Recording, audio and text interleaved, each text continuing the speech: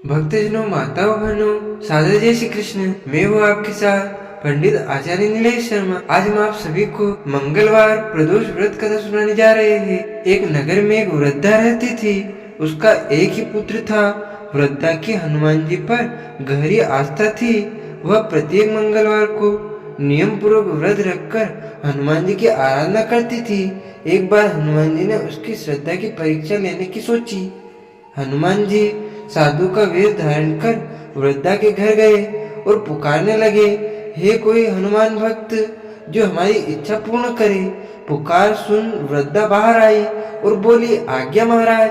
हनुमान वेशधारी साधु बोले, मैं भूखा हूँ, भोजन करूँगा, तो थोड़ी जमीन लीप दे। वृद्धा दुविधा में पड़ गई। अंततः हाथ जोड़कर बोली, महाराज, लिपने और मिट्टी खोदने के अतिरिक्त आप कोई भी दूसरी आज्ञा दे, मैं अवश्य पूर्ण करूंगी। साधु ने 3 बार प्रतिज्ञा करने के बाद कहा, तो अपने बेटे को बुला, मैं उसकी पीठ पर आग जलाकर भोजन बनाऊंगा। यह सुनकर वृद्धा घबरा गई, परंतु वह प्रतिज्ञाबद्ध थी। उसने अपने पुत्र को बुलाकर साधु के सुपुर्द कर दिया।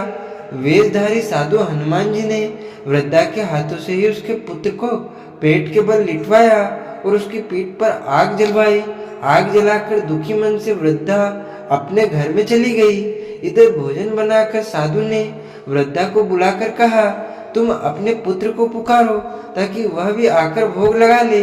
इस पर वृद्धा बोली, उसका नाम लेकर मुझे और कष्ट न पहुंचाओ। लेकिन जब साधु महाराज नहीं माने तो वृद्धा ने अपने पुत्र को आवाज लगाई। अपने पुत्र को जीवित देख वृद्धा को बहुत आश्चर्य हुआ और वह साधु के चरणों में गिर पड़ी। हनुमान जी अपने वास्तविक रूप में प्रकट हुए और वृद्धा को भक्ति का आशीर्वाद दिया। भूम प्रदोष व्रत कथा के अनुसार सूत जी बोले, अब मैं मंगल त्रयोदशी प्रदोष व्रत का विधि विधान कहता हूँ। मंगलवार का दिन व्याधियों का नाशक है।